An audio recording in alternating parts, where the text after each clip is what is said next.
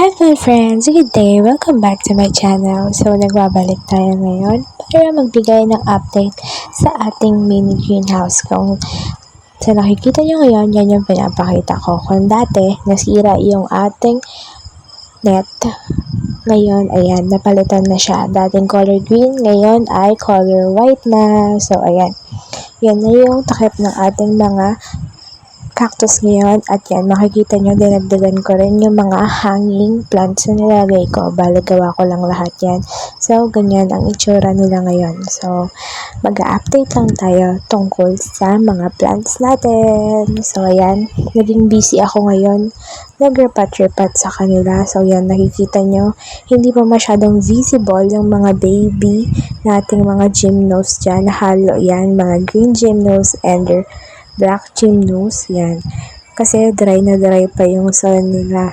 So, yan, mga kakatapos ko lang mag-repat niyan. Tapos ito yung mga mother plants natin. Yan na yung itsura nila. Maraming mga namatay.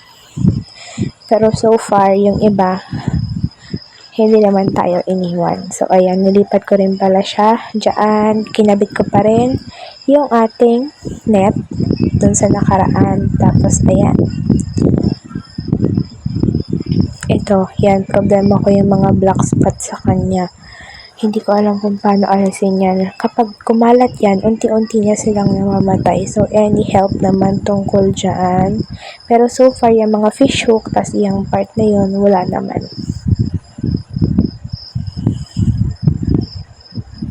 Ayan, yellow ball. Ito na lang pala yung mga haworthia natin na natira. More on green haworthias twirl. Yan sila. Tapos may konti tayong mga zebra. Ayan pa. Mga baby na haworthia twirl at yung isa.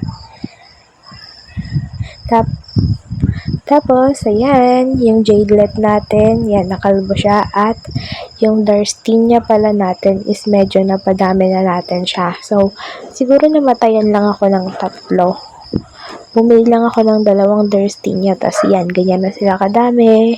Yung mga columnar natin. Dito ko nilagay yung mga na-chop-chop na gymnos. Yung mga nagkaroon ng problema, yan, buhay naman sila. So, meron tayong 5 dyan. Tapos, yung mga nauna dati na tinanggalan ko ng mga black spot is buhay. At ito yung experiment ko. Ayan, nabuhay, ang ganda. Parang napanood ko lang yan sa nagbo-vlog from Thailand. Tapos, trinay ko siya. Galing dyan yung kanyang mga graft ko. Sobrang madagta ng ganyan na rootstock compare pag dragon fruit. Ayan din yung nakaraan. Ito, dehydrate sila pati yan. Mga dehydrate pa kasi hindi pa sila nadidiligan.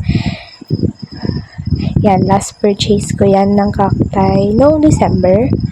Ayan yung mga kiko natin na nasunog, pati yung green gymnos.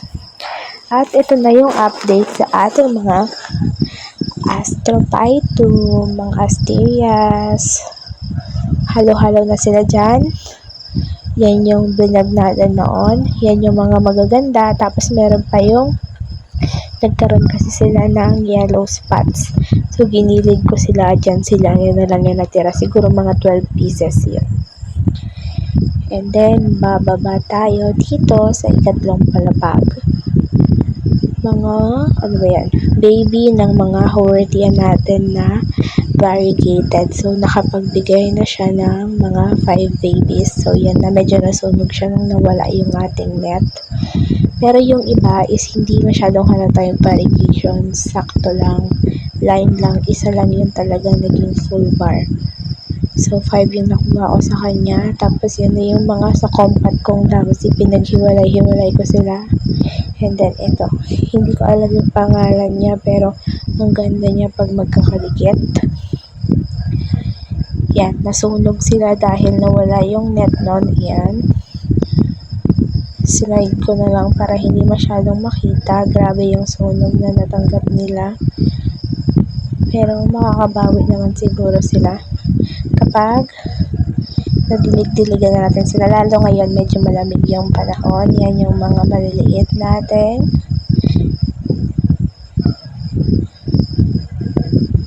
Tapos ayan sila.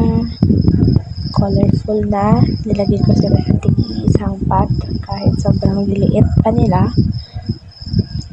Yan. Magsawa kayo na unang tignan. Magiging visible na yung mga yan once na naging okay na sila, nagka-roots na sila sa kanilang pot. And then dito, yung halo-halo. Meron dyan yung mga aloes ko. Konting agave. And slide lang ulit tayo dito sa ating mga variegated plants. Silipin natin sila. Last, ito bagong purchase ko sa Baguio. Pumunta ako galing Botanical. Pumunta ako nung January. Ayan, January 2 after New Year, mga ganun. So, 4 lang yung binili ko dahil gabi na kami nakapunta. So, mahirap magbitbit. Nag-night market pa. So, yan lang sila.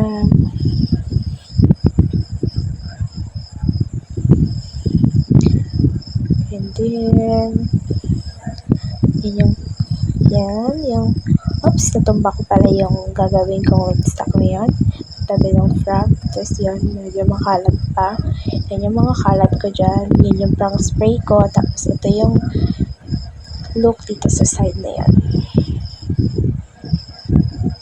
Yung net natin, bali papalagyan ko pa yan ng UV plastic kapag nagkaroon na para hindi sila masyadong mabasa dahil yung kanilang potting mix ngayon ay may kukupit na. So, sobrang tagal bago matuyo nun. At yung iba, mas malaki yung mas madami yung kanilang kukupit sa soil. So, bali yan dating itsura ng ating mini garden. Yan, sobrang nagulo. Tapos, yung bago nating update is ganun na. Madami tayong nawalang plants pero hoping na babalik sila ulit ngayong naaasikaso na natin. So, that's all for today. Thank you guys for watching. Bye-bye!